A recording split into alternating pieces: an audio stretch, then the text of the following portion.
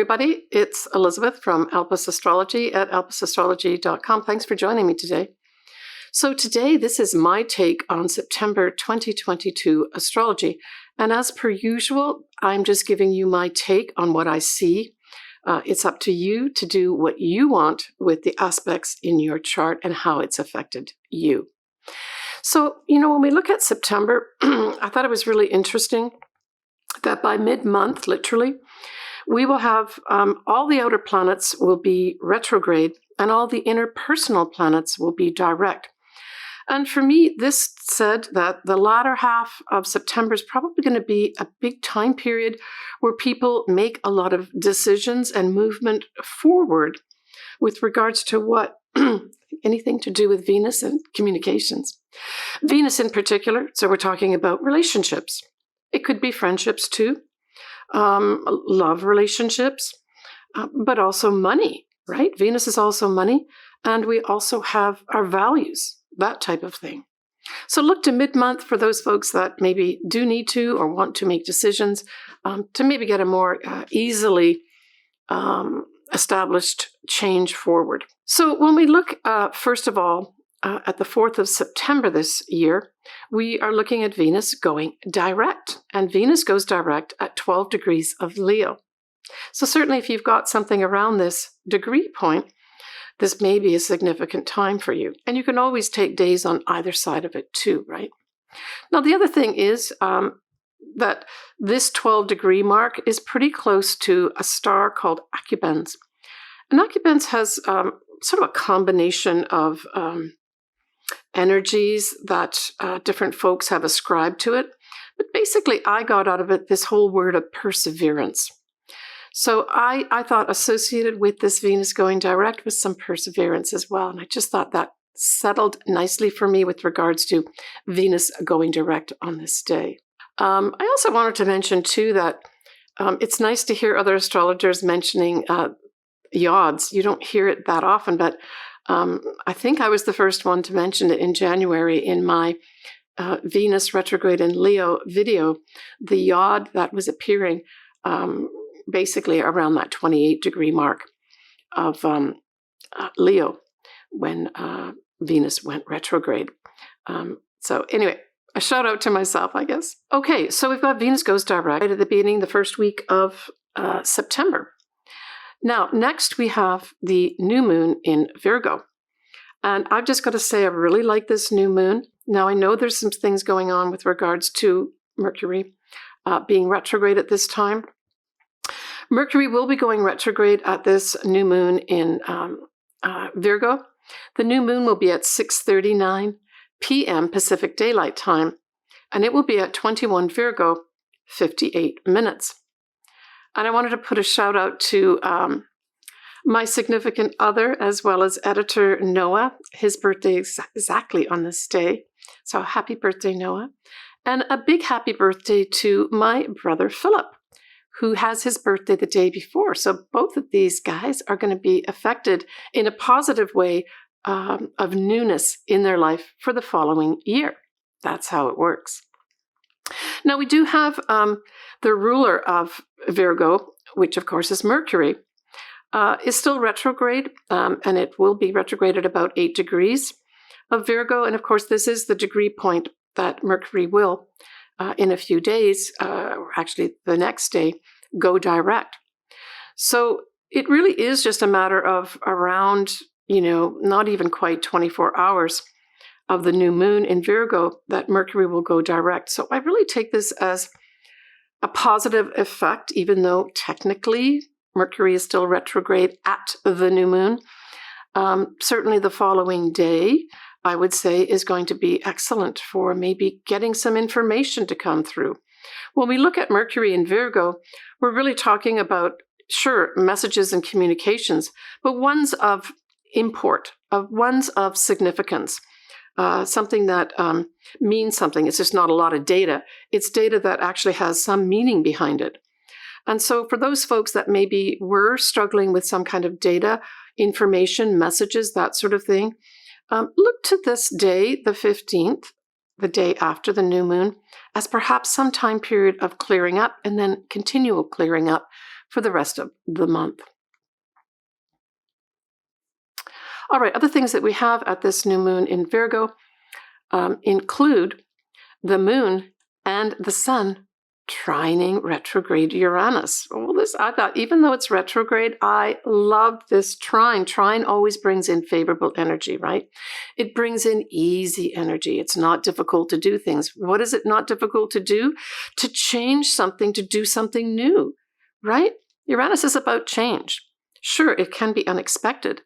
So for those folks that were looking for a change to happen, this may be ushered in at this new moon.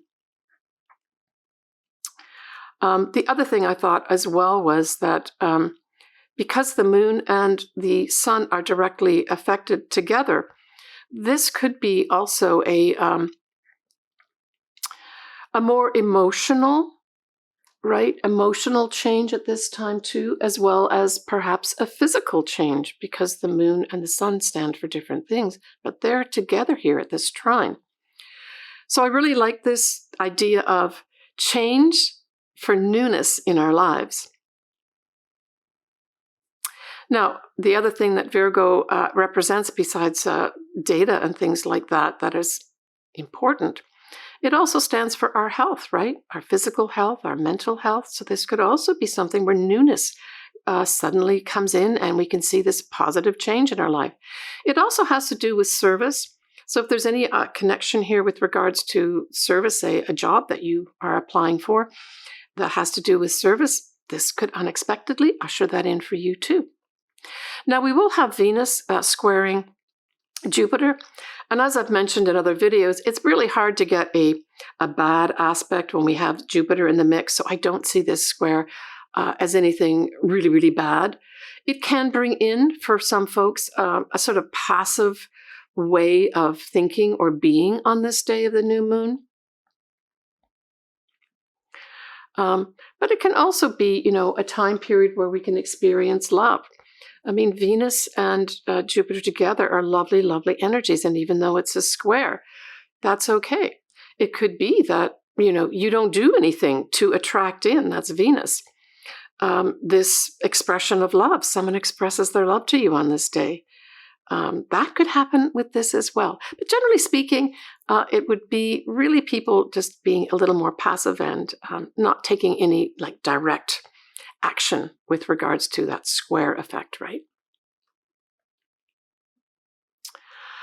Okay, so we also have this month, we have the autumn or fall equinox. And that on Pacific Daylight Time is going to be on the 22nd of September this year. And that's when the sun ingresses or goes into Libra at 0 degrees and 0 minutes. That's at 11:49 p.m. Pacific time. So certainly for those on the East Coast, it would be the next day, the 23rd. And I put the chart up here for you to look at and see if anything maybe stands out for you with regards to your own chart. Because if it does, then that could be a time period. It's approximately a time period of about 3 months where you may have some kind of interesting activations of some sort to do with the autumn or fall equinox. So when we look at the next lunation, it is the full moon in Aries. So we're not talking about an eclipse here yet, although we do have the north nodes in Aries. It is on the 29th of September at 2:58 Pacific Daylight Time, and it's at 6 degrees of Aries exactly and 0 minutes. Now, I just wanted you to note, for those folks that like to plan ahead, like me, we are going to have an eclipse very close to this degree. That's also a full moon, but it's a full moon eclipse. It will be at 5 degrees of Libra. And the reason I say that it's close, even though this one is in Aries, this full moon, and the eclipse is in Libra, full moons put the moon in one place and then the sun in the other, or vice versa, right? So on the 25th of March, 2024, we will have the sun that's going to be in the same degree as this full moon in Aries at 6 degrees on the 29th of September. So what does that mean? It means that there's kind of two lots of culminations here. And depending what houses you're looking at. So look first of all to the house that Aries falls in, especially the degree of 6 degrees Aries. And then look to the opposite house and see what's there. What house is that? And so pay attention to both those houses, because both those houses are up for some kind of culmination, some kind of endings, or a very big illumination, just like a full moon becomes so bright right in the sky. All right, just a little heads up. I'll still, I will cover that eclipse in March for sure. Now, also at this full moon, what else do we have happening here? Well, we have Mars, which is the rulers of Aries, is in its detriment because then it's in the opposite sign, 21 degrees of Libra. But it is conjunct the south nodes. In turn, that Mars is also sextile to Venus. Now, this setup says to me, especially when we talk about Mars, the ruler of the moon, conjunct the transiting south nodes, it really kind of puts an emphasis on letting things go, right? A lot of times we talk about the south nodes as where we need to let go of something. And so I really saw this full moon as a letting go of some things as well. So again, look to where you have Aries and where you've got Libra. It's those two places that are going to be affected. But because we've got this sextile to Venus, Venus puts a little sweetness in there. Venus makes things a little nicer. So I would say for those folks that maybe, let's just say you want to end a relationship or end a friendship for that matter, this Venus being here by sextile gives you the opportunity to make things nice, to make it easier, to make it sweeter, right? And it does bring in something favorable potentially with regards to love, because Venus and Mars together, right, are the celestial lovers. And Venus, of course, is still in Leo. Leo rules things like true love and new love. So even though this is a full moon, that element can be brought in. And I'm thinking some folks, not everybody, but some folks will have decided probably during the whole Venus retrograde period to let go either of a relationship or let go of a way of doing that relationship and making a concrete change, like, those signposts of I'm now going this way. Or, like I said, letting go of a relationship or maybe a friendship at this time.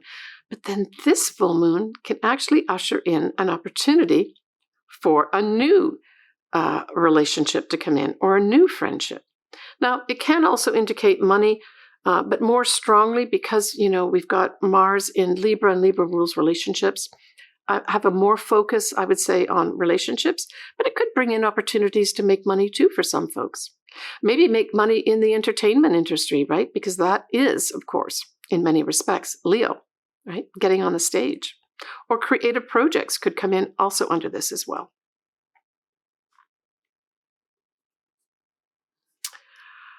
Let me see what else. Yeah, I think that kind of covers what I wanted to cover. Mercury is going to be direct at this point. And it will be trining Uranus. So I saw this as very favorable too. And I didn't mention that Mercury does go direct on the 15th of September. Well, actually, I did mention it, so that's okay. I've already mentioned that. What I'd like to do, though, is talk about this whole Mercury now direct. So that's positive messages, messages flowing freely, our thoughts working better.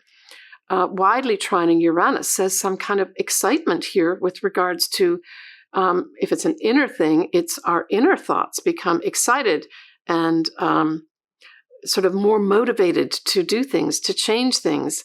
You can maybe get these thoughts about, hey, I can see how I can make these changes now in whatever area of your life. This can also bring in just straight positive change, right?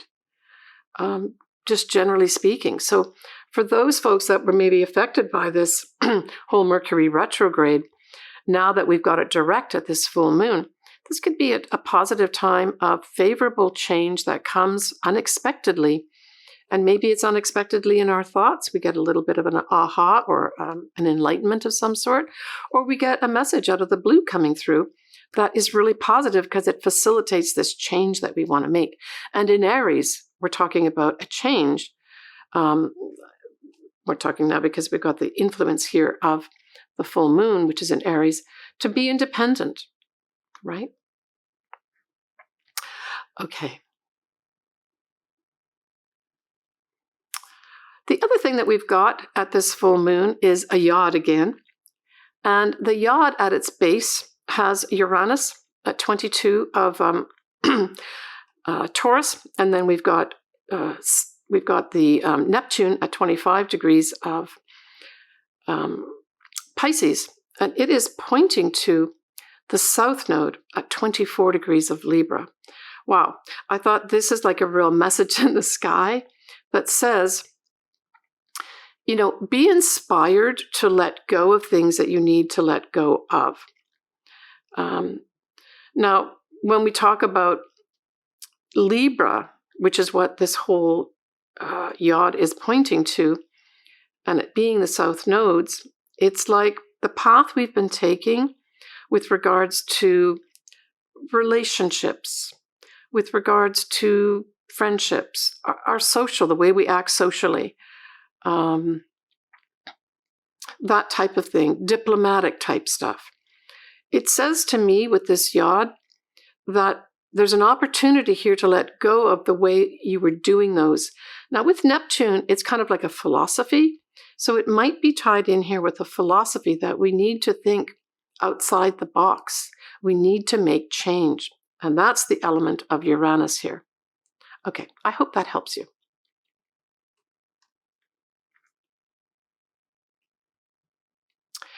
The other thing I wanted to mention about September 2023 as an overall energy is that Pluto moves to 27 degrees of Capricorn, and it stays there all of October at that degree as well, but it will be retrograde. So this is more inward transformation.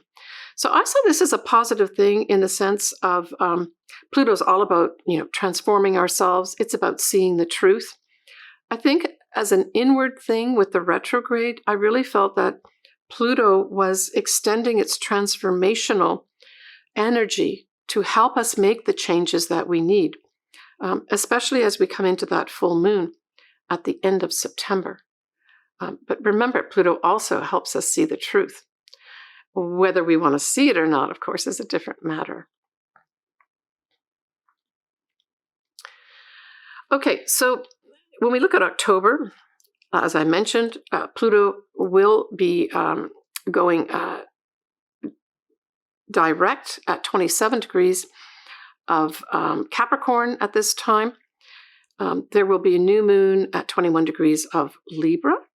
And we've got the last full moon eclipse at 5 degrees of Taurus. That was in that whole axis of Taurus and Scorpio. And that's at 5 degrees. We also will have Mars in Libra as well. So kind of a big activation of all Libra type stuff. And of course, remember, this is where the south nodes are by transit at this time.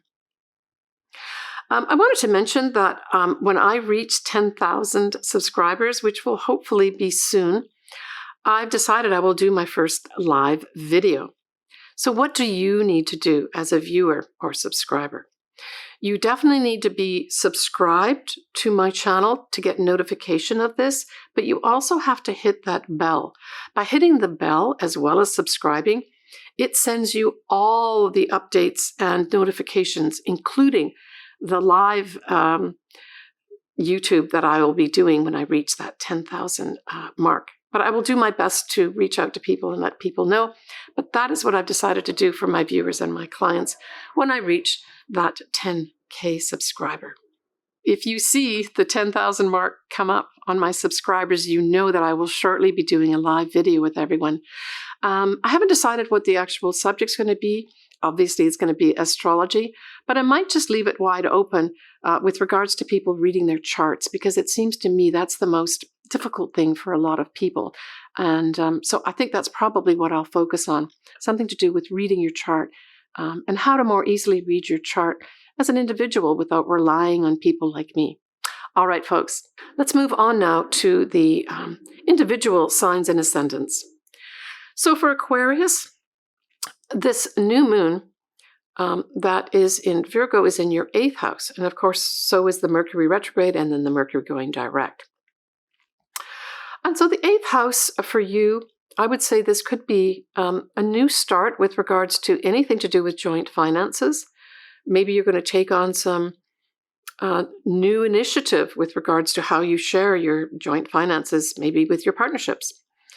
It can also say that new information comes in with regards to any investments. So maybe pay attention, Virgo, to anything that might come in, say if you've got a financial advisor or you receive information about new investments that you can make, or you just get information, say, about your 401k that you've got to take some new action on. So just pay attention to, I would say, messages and information of importance, because that really talks to, I guess, the Virgo thing in your 8th house, this new moon as well.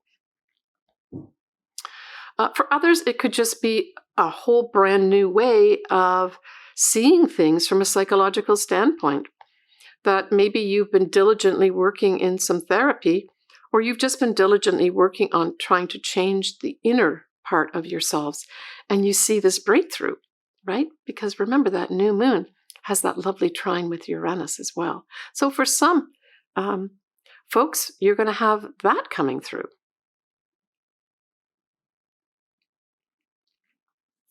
And it's a whole new start. Look to the Mercury going direct around the 15th and beyond to some, real clear understanding and clear thoughts coming in for you. That's about the only thing I would say about that new moon. Sort of as a caution, I guess. All right. So when we look at the full moon in Aries, so the full moon in Aries sextiles your sign Aquarius, and it does so with the 3rd house. And so it's interesting because, we just talked about the Mercury retrograde, but that 3rd house is actually ruled by Mercury. And so it's all to do with communications. So it seems to me, Aquarius, that this month of September may have a lot to do with how you think, how you communicate, and in turn, messages and information that come in for you. Okay? And I would take the latter half of the month as getting the right information coming through for you, or you delivering the right information by you. It also speaks to maybe you making some announcements. Maybe you make a decision that you're going to start communicating a different way. And maybe that different way is you're going to be communicating independently, maybe in your job. You've been told you're no longer going to be part of this group. And the group being, the mouthpiece, you're going to be the mouthpiece, Aquarius, where you start to speak independently on your own here with that full moon. So something ends in that way. For others, the 3rd house also represents short journeys. So there may be some Aquarius that have been doing a lot of journeys, short journeys, they may be all around the state or your county or the cities or towns that you live in. And that you get the opportunity, that's the sextile here, to stop doing that. And you can take it or not. It may also give an opportunity here for something to do with your siblings and neighbors, because that's also covered by this 3rd house, right? And so you may have to pay attention to those 2 areas as well. But it's a sextile, so there may be just some opportunities. Maybe some opportunities come to light to communicate more with your neighbors and or your siblings. Nothing wrong with that, right? But it's a sextile here with that full moon at the end of the month. That's favorable opportunities for you, Aquarius. I mentioned last month about Pluto in your sign, of course. Pluto is not in your sign this month, but you can look forward to, and maybe already some Aquarians are feeling this lovely effect from Pluto going into your sign shortly, more like 2024, right? All right, take care, Aquarius. All right, everybody. As always, I would love to do your chart. I leave all my contact details below here. Please feel free to reach out to me. I love hearing from everybody. Leave comments. I will always get back to you. Please take good care of yourself. And I look forward to chatting with you soon. Take care, everyone. Bye for now.